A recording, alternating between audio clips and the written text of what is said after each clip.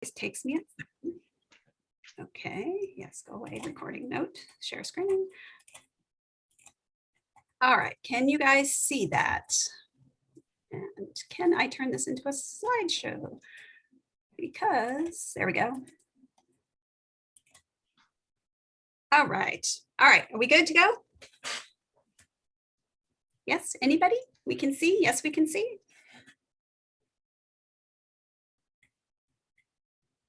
Yes, okay, great. I am Angela Cannon. I work in the European Reading Room at the Library of Congress. And the big news is that, although we were closed to the public because of the pandemic, we started reopening again in June 1st. The European Reading Room, which is the primary hub for researchers who are trying to access our materials about Eastern Europe, is going to be reopening on July 12th. One caveat is we're still maintaining the social distancing. So you will, for the first time ever, actually have to make an appointment. And we have appointments in the morning and in the afternoon. So from 9:30 to 12, and then from 1 to 4. Now, the COVID situation in Washington is really much better than it's ever been. So we're not anticipating that these restrictions are going to last very long. But in the meantime, if you can't make it to LC or don't want to deal with appointments, stay tuned. We don't expect this to last for probably through the summer. That's it.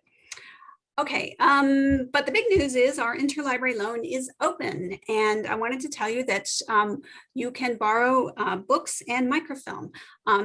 We don't lend journals, like bound journals or loose issues of newspapers or journals, but we do scanning and Xeroxing. So if you need some articles, you can always email us and we can get you things that way.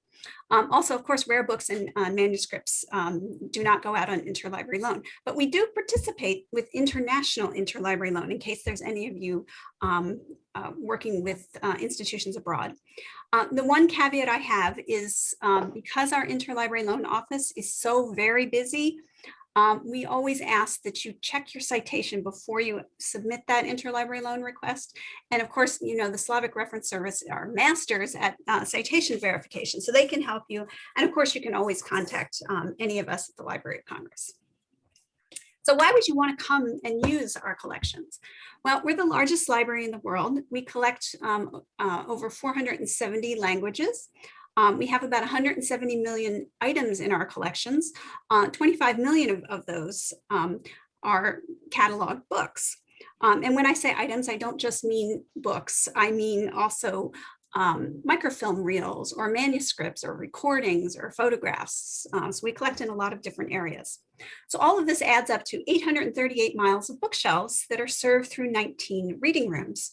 Now, for East European materials or European materials, they are not just in one location. They are scattered throughout our general collections and all of our special collections. So there's really no one place you can look, but you can start with the European Reading Room so we can guide you. And to give you an example of why you might need another reading room, if you're working in the area of Central Asia or the Caucasus, we share responsibilities, reference and collection development responsibilities with this African and Middle East reading room. They handle the languages and materials in the vernacular languages, and we handle the materials in the Russian language. Okay, so we're pretty easy to find. We have 3 buildings on Capitol Hill, right across from the Capitol building, near the Capitol South Metro station. So if you do come, we're only a block away from a metro station. To situate you a little more precisely, on the upper left hand of this slide, you can see this white building. That's the Supreme Court. So we're right there. And the European Reading Room is on the 2nd floor. But in addition to the 3 buildings that we have on Capitol Hill, we also have storage facilities, offsite storage facilities in Virginia and Maryland. And so I just wanted to remind you, like all big North American research libraries, you do have to allow time for materials to be delivered from offsite facilities. In addition, with the Library of Congress, we're a closed stacks library. So if you come to use us, you will not be able to wander through the stacks. You are going to have to use our online catalog or talk to somebody to have your materials brought out to you. So that just add a little bit more time for that too. And one final sort of nuisance is cloakrooms. You have to leave your bags in a cloakroom, including or heavy overcoat. You can bring your laptops into the reading rooms and your research materials with you, papers, pencils, etc. And there is Wi-Fi in all of our reading rooms. So, done with the bad news, on the good news. Let's talk about our collections, a little bit of history. The Library of Congress was founded in 1800 as a small legislative library, and we were collecting materials appropriate for a legislative library. So, collections of law, some history books, maybe some geography books, for a young nation who's still trying to set its own boundaries.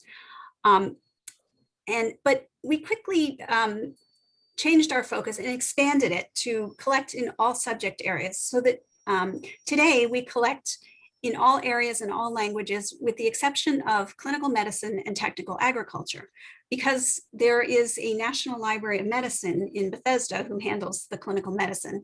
And then there's a National Agriculture Library who does the technical agriculture, and they're in Beltsville, Maryland. So when you're considering European materials at the Library of Congress, they're really the second largest collections of materials after Americana. And they're integrated again throughout the collections. And just to give you an idea of why it's good to go to such a really big library, we're very rich in supporting materials from many countries, not just possibly the topic of your interest. So to give you an example, in recent years, the top 10 countries for acquisitions in the libraries, number one's always the United States, but number two, India, Germany, Russia, which is number 4. It's usually 3 or 4. Japan, Austria, China, Vietnam, Brazil, Pakistan. The UK usually makes the list as number 10 or 11. And after Russia, the top couple of countries in terms of acquisitions are then Poland and Hungary and Serbia, which usually round out at number 20, 25, something like that. So really big collections. How we became so big so fast is because of copyright law. In 1870, the Congress passed, the first sort of really beefy copyright law that required depositing of 2 copies of every work registered in the United States into the Library of Congress. And it started off with books, but it quickly swelled to include periodicals, newspapers, music, TV shows, film. So just a little anecdote that has nothing to do with Eastern Europe is we get on copyright deposit every nightly news program. And we keep all of those because those are important. Well, we also get every episode of a soap opera like General Hospital. And I have learned from my colleagues who manage these materials that we don't necessarily keep every episode of General Hospital because they're all sort of formulaic. So we'll keep a selection of materials every year. So we're not required to keep everything that's deposited. But still, it's an idea of just how rich the collections are. Let's get back to international collections. So our very first publication exchange with Europe started with France in 1837. And about a few years later, the Smithsonian Institution started its own publications exchanges. They focused on learned societies and scholarly institutions. And by 1866, they had amassed a big collection, but there was sort of a gentleman's agreement between the head of the Smithsonian and the Librarian of Congress at that time. And they decided that the Smithsonian was pretty much going to try and be the national museum, and the Library of Congress was going to serve more as a national library, although technically we're not really the National Library for the United States. But anyway, that's how it happened. And 40,000 volumes were deposited into the Library of Congress. And this exchange program that they had started continued for almost 100 years later, with the Smithsonian serving as our exchange agent with countries all over the world. At some point, the Library of Congress got more involved, but why am I bringing this up for you? It's because this is the true beginnings of our Slavic and East European collecting. Through this exchange program, we collected long runs of periodicals published by the academies, major universities, and also, by the late 1800s, we had also expanded this to include publications of foreign governments. So this is one of our real collection strengths, regardless of what country or area you're looking at in our collections. We long periodical runs, long government information. Governments are enormously large publishing entities. And so, for example, you can get budgets, the budgets for various foreign governments. There will be statistical materials, all kinds of reports, collections of laws, parliamentary proceedings. That kind of stuff is what we're really strong at. And there are other institutions in North America that will have these kinds of materials, but they may not have the breadth and depth that we have since we started so early. So in terms of Slavic and East European collecting, the exchanges were continuing, but our first big acquisition was in 1906, when we purchased the collection of Gennady Yudin, who was a Siberian bibliophile and distiller. Apparently, there's a lot of money to be made in selling liquor around the world. So he had a lot of money, and he amassed one of the largest private book collections in Russia at that time. We have lots of information about the Yudin collection on our website, so I've given you a couple of links. And we have a couple more guides in preparation, which should be done within less than a year, I think. But the Yudin collection was really foundational, because with this one collection, immediately the Library of Congress became the largest place in North America to do Slavic studies, although we know that the field was not fully developed in 1906.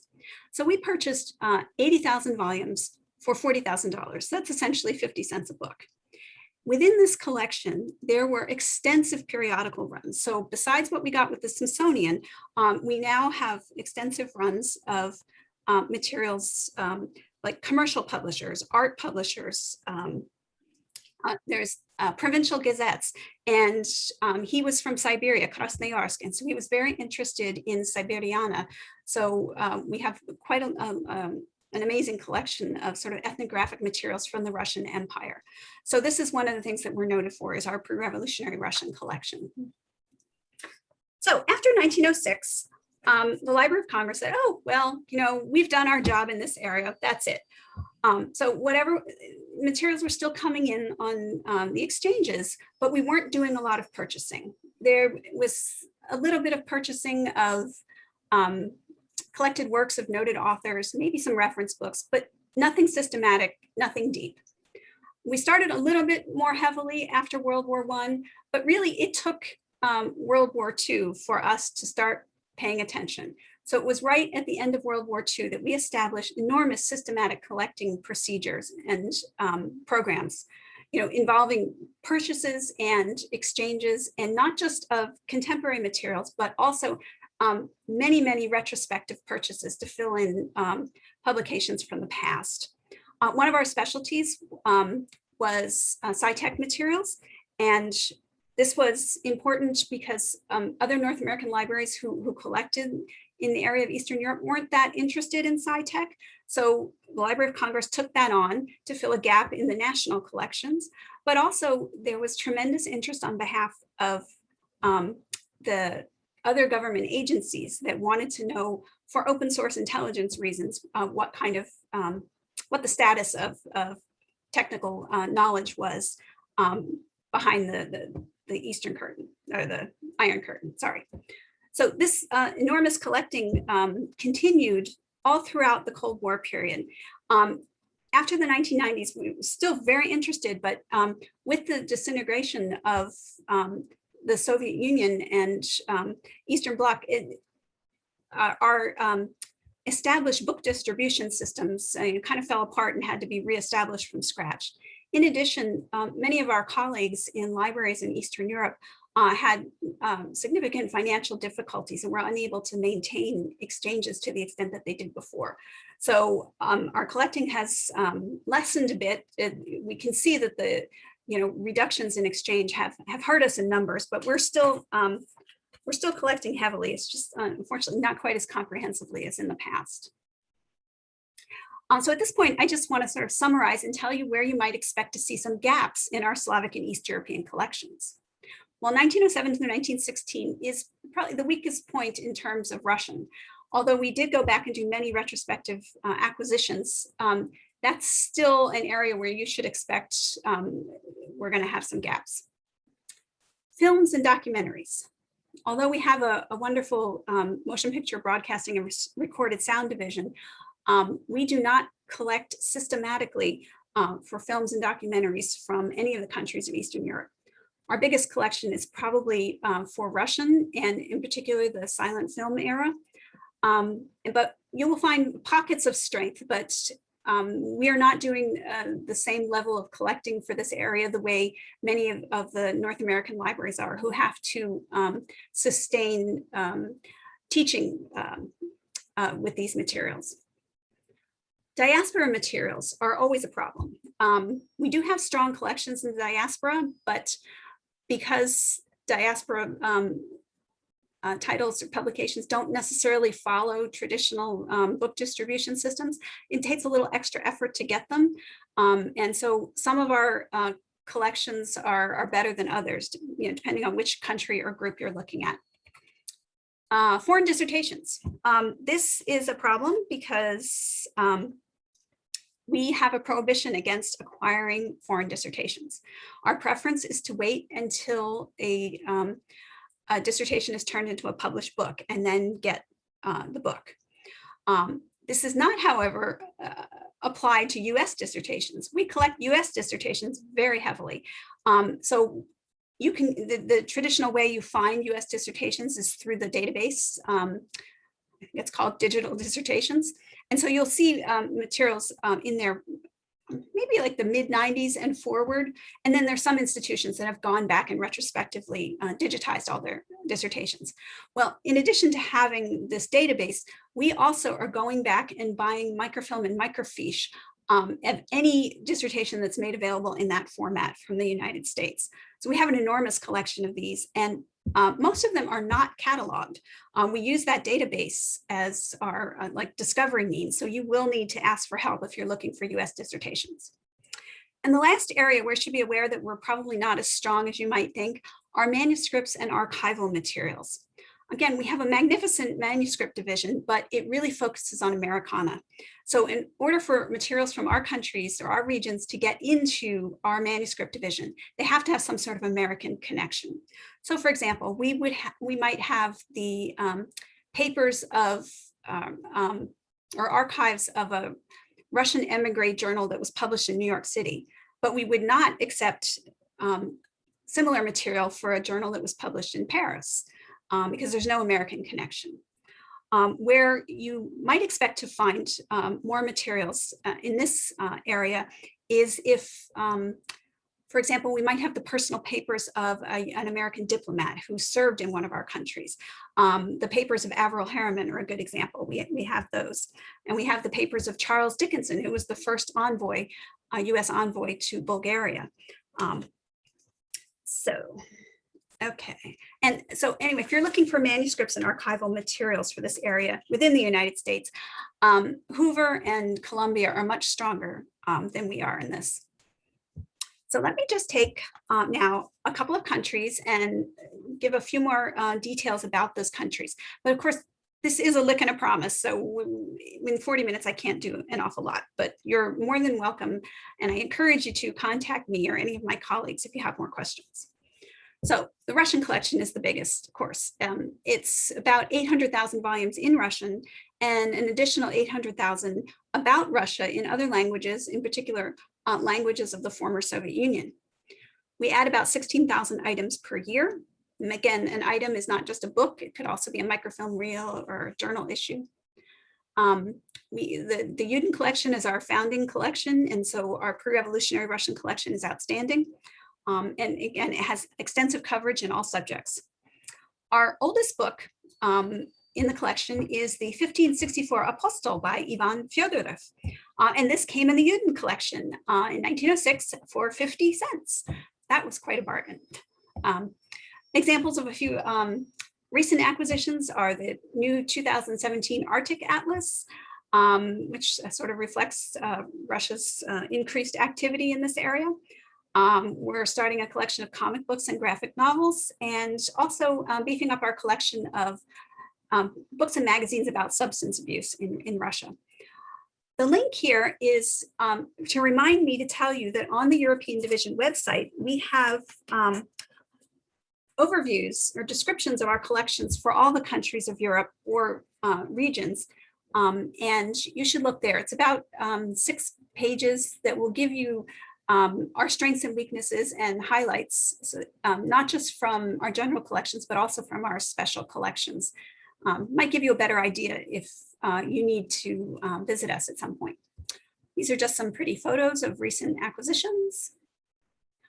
Russian ebooks. We have over 5,000 Russian ebooks. Unfortunately, they are considered sort of subscription resources, and so they're available only on site. However, if we find that you need something and we have it in the ebook form, we can always download up to 50 pages and email that to you. The way to discover these ebooks is through our e-resources catalog, which I'll show you in just a second. But we've also realized that it's sort of helpful if we put some links inside the cataloging records. So that's what you can look for. Now, in terms of ebooks from other countries of Eastern Europe, not just Russia, I don't think we have any significant collections at this point. It's an area that we're just sort of stepping into.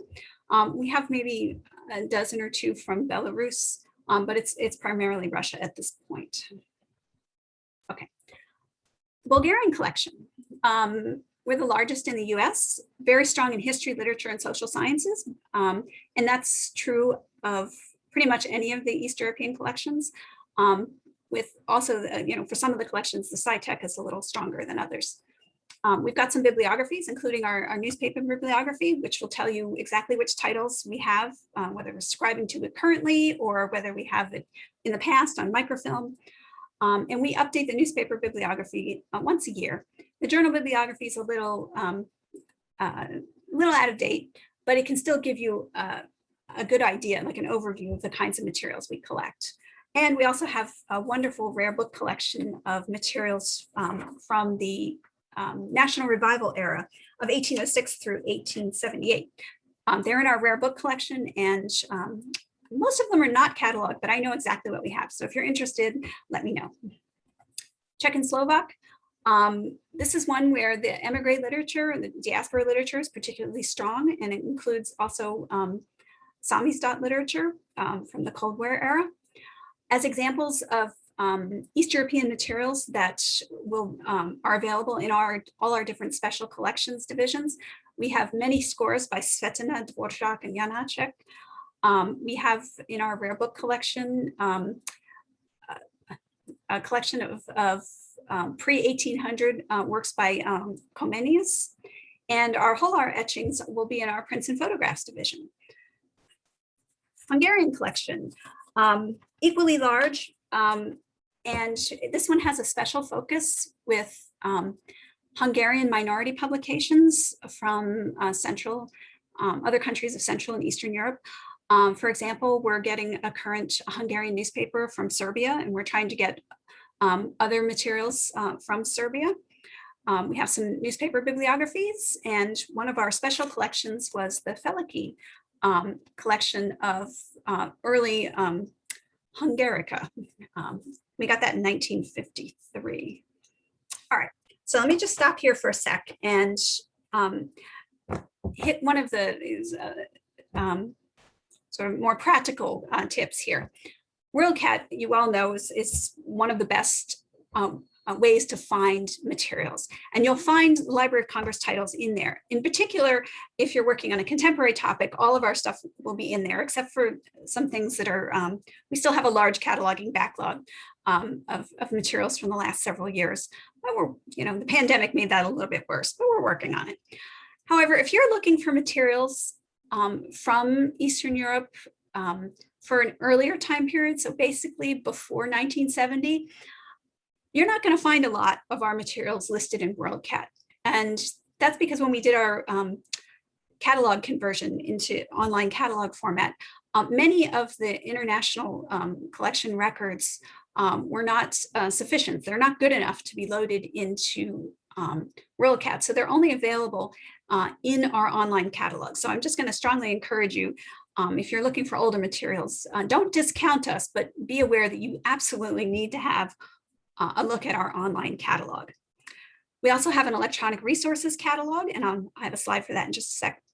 We have many finding aids for our special collections on our website. There are some print bibliographies that are still useful. No, I'm not kidding, but we, the staff of the European Reading Room, might be your best resource if you're just exploring what to do. So feel free to ask any of us anything. All right, let's skip to online materials. There are a lot of databases of full text newspapers for Russia and countries of the former Soviet Union. And we have just about all of them that Eastview puts out. So Central Russian newspapers, regional Russian newspapers, newspapers from Central Asia, from Baltics, Ukraine. These databases are subscription databases, so on-site access only. And they start like late 1990s, early 2000s, and go up to the current day.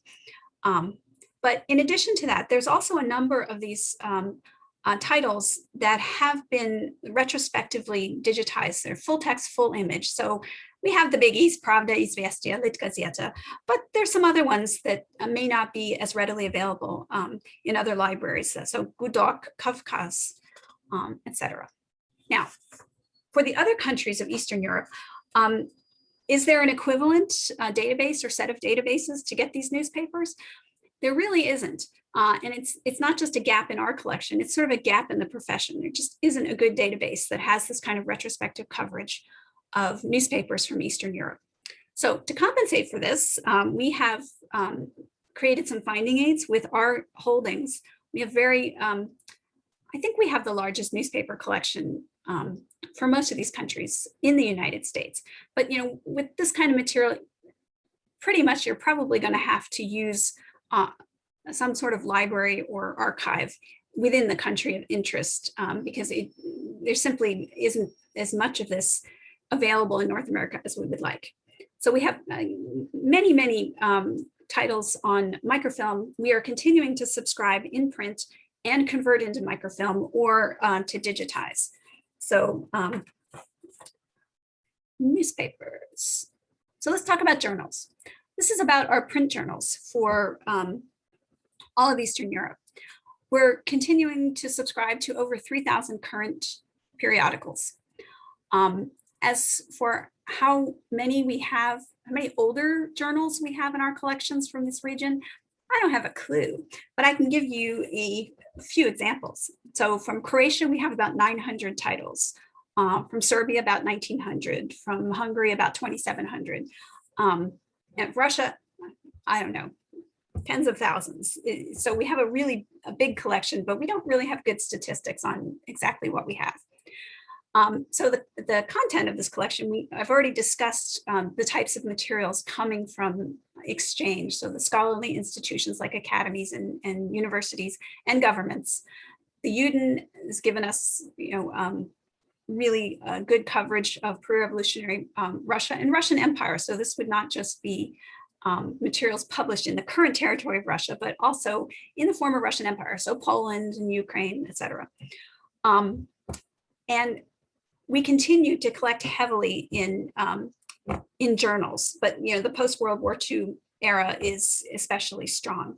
And I have this image here to remind me to tell you that we don't just collect scholarly materials, but also popular ones too. So this is a picture of two popular Russian magazines, one for young people and one is a fashion magazine. Okay, digital journals from Eastern Europe.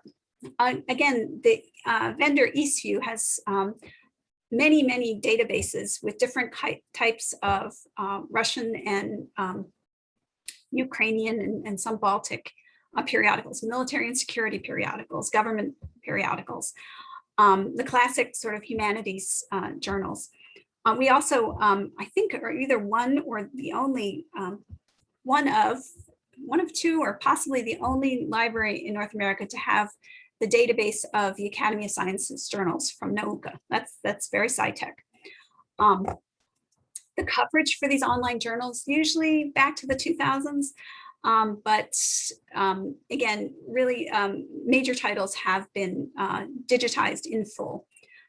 For Eastern Europe, the main database is the CEEOL, the Central and East European Online Library, which has over 2,300 journals, most of which are not Russian. And that is also on-site only access. But you should have access to a lot of this stuff through the University of Illinois, because they're getting quite a lot too. Okay, so this is our a screenshot of our e-resources catalog. And up at the top right, I have the URL in orange, eresources.loc.gov. And although you can't actually get into the databases and do your searching and get the material from offsite, you can at least look at our e-resources catalog and see what databases we have. You can do a keyword search for the titles, for sort of the blurbs about them. It might help you plan a trip to see if there's something we have that maybe others do not have. And there's also ways you can just click on the subjects and see all the databases that fit within that subject, like art and architecture, or foreign law. And by the way, I didn't mention our law collections are really one of our strong points. Foreign law is really strong. And we also have specialists in our law library who deal with various countries of Eastern Europe. Microfilm sets. Nobody can beat the University of Illinois for the amount of microfilm sets they have, but we have some too. I just wanted to highlight one special one called the Archives of the Soviet Communist Party and Soviet State. We're one of 4 libraries in North America to have this collection of 12,000 reels of Russian archival documents. What's unique about us is that we're the only one of those 4 libraries that will lend this material on interlibrary loan. So, and we have done so. So since our ILL is now open, if you're interested in this, you should be able to get your hands on it. This is a screenshot of our European Reading Room website. This is sort of your primary hub for finding out what the online materials are at the Library of Congress. The red arrow is pointing to the overviews of the country that I mentioned. If you want to read about 6 pages of what kinds of materials we have for your country, that'd be great. The other arrow is the most important thing you're going to get out of this talk, and that's the link to our reference assistants and contacts. So here's mugshots of 6 of us who work with Eastern Europe, and we should have one more person joining us in beginning of August. We've just hired someone to do Albania and Greece. Of course, we also have staff to cover the rest of Europe too. We have many research guides that are appearing in our General Library of Congress research page, but all of these things should be linked off the European Reading Room page. Okay, to go into one of our special collections. Maps is one of the areas we're very strong. We have a geography and map division with, I don't even know how many, possibly over 1 million maps.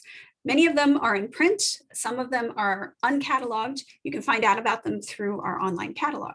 But we also have been digitizing maps, and these are freely available on the website.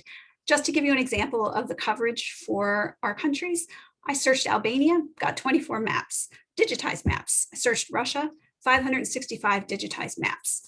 So this is an area where you will need to talk with the reference librarians who specialize in maps. Another specialty catalog and special collections where there's a lot of East European material is our prints and photographs division. Within their online catalog, you can find records for various things. And looking at this cluster of arrows in the bottom left here, you can also see if this item is available, if the rights situation is acceptable, we will offer you right on the catalog different sizes and file types. So you've got a small JPEG here, a medium-sized JPEG, and then the big high-quality TIFF. And you can tell about the rights is it's usually in the record. There's a line that says rights advisory. So you can see that in the sort of the arrow that's all by itself. This particular item says no known restrictions on publication. Sometimes this rights advisory will say there are restrictions on reuse or publication, in which case you're probably not going to be getting that, that very high quality TIFF offered to you. You may only get sort of a thumbnail so you can see what it is. But our specialists in our Prints and Photographs division can help you a lot in this area. I might, I don't even know what time it is. I think I have a little bit of time, but I have just a couple more slides. So if you're like going crazy, hang on. Oops. Telephone directories. We have a huge collection of uncatalogued and cataloged international telephone directories. We are providing finding aids for our uncatalogued collection. And because this area is so interesting for genealogists and historians, we've made an effort to start digitizing a number of our older directories. So we have some from Bulgaria, Croatia, Poland, Romania, Serbia, and Ukraine. This slide is to sort of remind me to tell you about our diaspora collections. I mentioned earlier that sometimes the diaspora materials are harder to get. The reason for that with the groups who live within the United States is that many of the smaller ethnic publishers either don't know about the copyright law requiring mandatory deposit, or they just don't care. So we have to make a special effort to get these materials. But for some of the groups within Eastern Europe, we have pretty strong collections. Other collections of note for this kind of material is the New York Public Library in particular, really good for this. We've been making a special effort to collect ephemera. So, and we're focusing on election ephemera and political ephemera usually. We have materials for elections from the Balkans, for Russia. We've got some protest materials from Ukraine, the Maidan, and some Bulgarian protests. But most of this material is uncatalogued. So if you're interested in it, you should send us an email and we can let you know what we have. The final area I wanted to mention was web archiving. We have been doing this for about, well, 10 years, but some of the countries only maybe about 4 years. We are focusing on government information and political information. Most of what we've collected is available on our website. The exceptions would be if there's a 1-year embargo for materials, so we don't just take it off a website and put it on our website. And also for some of the countries, legally, we may need to have permission to display. And if we don't get permission, they're not going to be on our website. They will be available on site only. But if you want more information about web archiving, let me know. Final 2 slides, equipment. We have lots of scanners. You can bring your digital cameras. It's all free unless you start to print. And if you go into the rare book room or something like that, you may have to ask permission. So they're not going to let you like take pictures of the Gutenberg Bible without a lot of restrictions. So, but basically it's pretty easy to do. And then these are contact information. We will be open 8:30 to 5 as soon as the social distancing restrictions are lifted. You can call our reference desk. We have an Ask a Librarian button on our page. Joe has my email. You find our contact on our website. Please contact us. We really want to help you use the collections. Okay, so I am now going to stop. I'm sure you're relieved. And how do I stop sharing? So I can actually see, there it is, stop share. Okay, I can see you guys. Thank you very much, Angela. This is fantastic. And I think there was so much information that was useful for everybody. I think so many guides that you yourself have compiled. So now we're going to open it up. We have about, a little bit over 15 minutes or so for questions. So please unmute your mic and ask Angela a question, or if you feel comfortable, type in your question in the chat and everyone can see it and Angela can see it as well. Okay, go ahead, Alicia. Hello. I I want to hear a little more about the collections that you mentioned at the very end. You said that you had some materials about protests in Ukraine and some um, um, ephemeral collections about elections in Belarus. So could you expand on that? I'm in particular interested in finding out about special collections related to Belarus. I'm sorry if I said Belarus. I meant Ukraine, Bulgaria. Did I say Belarus? We have some protest materials from Bulgaria. So they were, but Belarus, I don't think we have anything. But with Ukraine, we do have some election materials from the Orange Revolution. And we've got the Maidan protests. And it's a fairly significant collection. And Regina Frankowiak is our Ukrainian specialist, and she can give you more information about those. Though I do remember seeing some really fun items. So besides, flyers and stickers and all that sort of thing, there was like doormats and there were objects in these collections. I just thought I saw Belarus on your slides, and I thought you might have something related to elections in Belarus also. No, especially what's happened in the last year. If that's coming, I don't know about it. But no, the elections are the Balkans. So we've got Bosnia, North Macedonia. We have some Serbia. We just got some Bulgaria. We've got various Russian elections. And yeah, there might be something I'm forgetting, but. And just a quick follow-up question. I'm interested in newspapers, contemporary newspapers from Belarus. So is that something that's accessible through the database that you mentioned? Well, there are titles from Belarus in the Eastview databases. That's on-site only, but I'm sure that U of I has everything that we have in this area. So it's going to be approximately late 1990s through or the beginning of the 2000s up through the current day for Belarus. In terms of our microfilm, we probably have a lot of newspapers on microfilm. What I will do is, let me tell you, the person who works with Belarus, his name is Matthew Young. So M. Young at loc.gov. And he can give you all the information about what newspapers we have in Belarus. Though we do have a finding aid for Russian newspapers, and anything that was published in the Russian language from Belarus would be in that finding aid. Yes, I'm actually in DC right now, so I wonder if it's already possible to visit in person.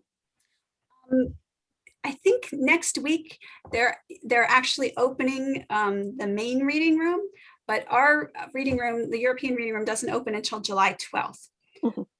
But I think our newspaper reading room is open, but they don't have the Belarusian materials. We have that in European.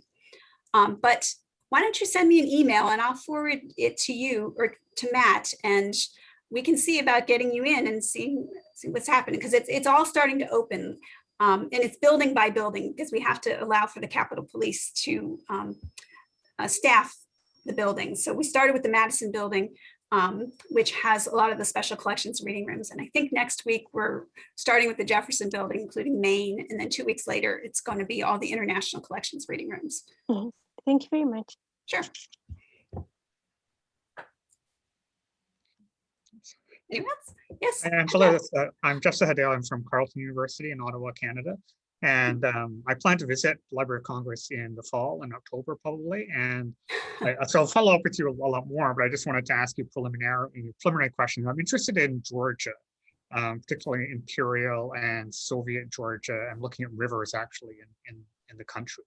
And I'm learning Georgian, but right now there's some more Russian language that I'll be able to follow. And I was wondering who would be the best person to talk to about the collections there. I'm looking primarily at maybe any newspapers or journals that you might have from the Kavkaz kind of time, 1850s on to the end of the Soviet period, and other holdings that might be available. You can talk to me or to Matt Young, who is the Russian, who's our Russian librarian.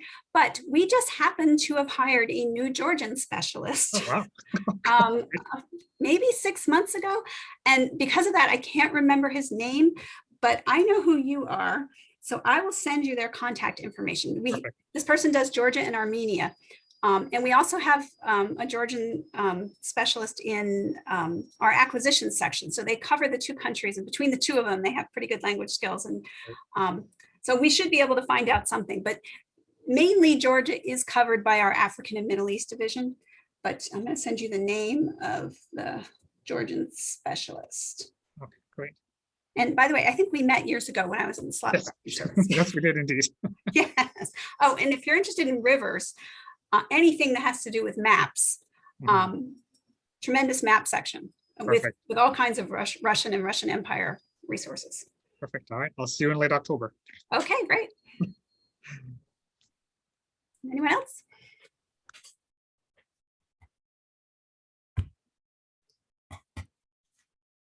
I just see a comment that says, I think you have mentioned that you have many older American dissertations that are not cataloged. That's correct. We do not catalog the US dissertations. We rely on the information that's in the digital dissertations database so that you can find those titles.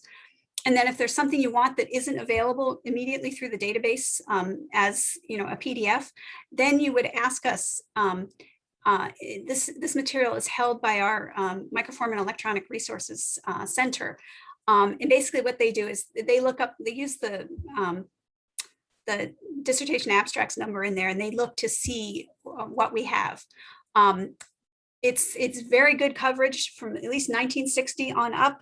And before that, our coverage depends on whether the institution, the awarding institution, has gone back and retrospectively either digitized or filmed their materials. So there might be, like, somebody asked me for a dissertation from UC Berkeley from 1924.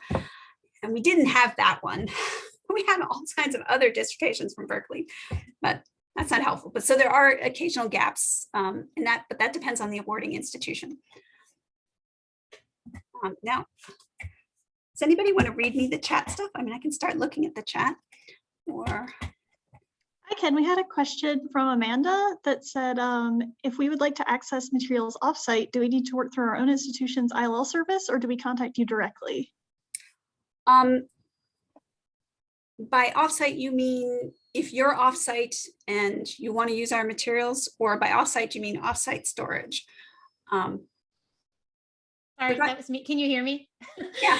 Uh-huh. Yeah. I meant, so for example, I think you had mentioned something about being able to get a certain number of pages digitized and maybe sent electronically. And I just wasn't sure whether that was something where I would contact you directly or have my ILL librarian do that.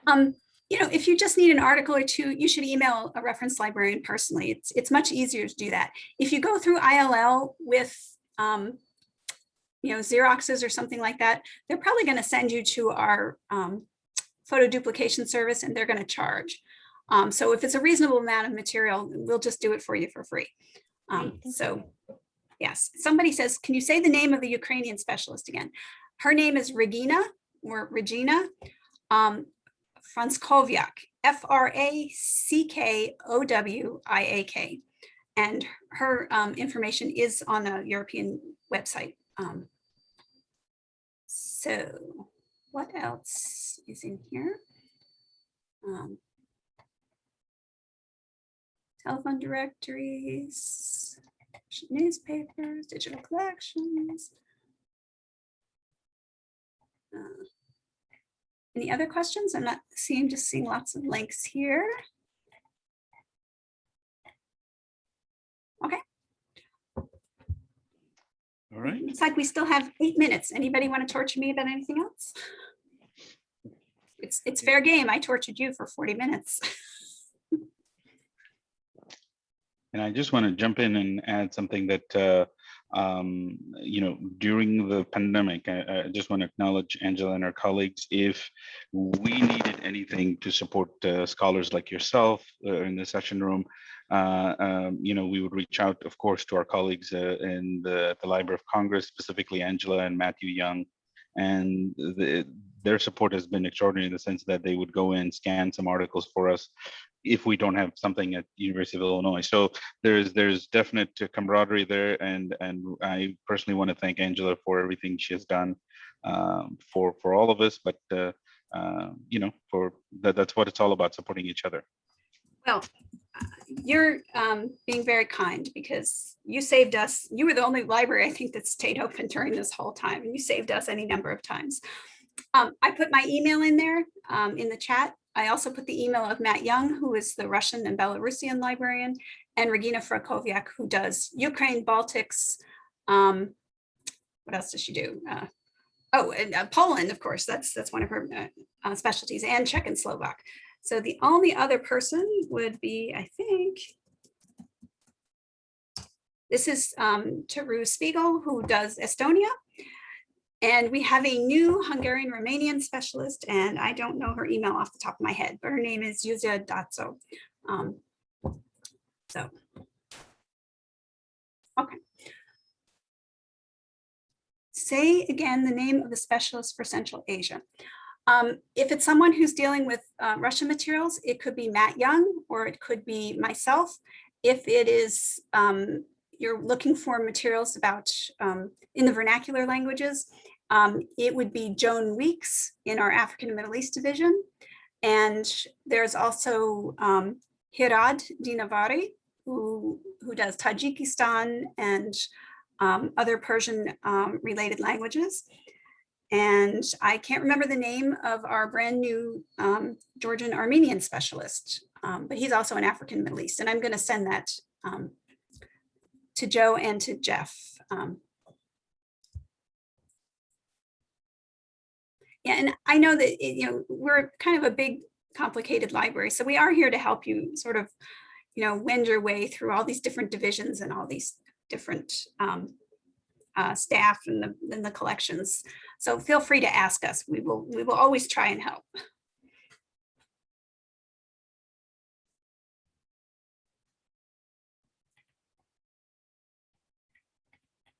Okay. Oh, well, thank you. Thank you very much, Angela. Okay. We really appreciate it. It looks like a lot of our colleagues appreciate what you had to say. And thank you for sharing these resources and collection information. And so hopefully our virtual summer research laboratory scholars will reach out to the European Reading Room. So thank you everybody for coming. Thank you, Angela. Thank you for inviting me. I hope to hear from Very someone. helpful. Bye. Bye-bye.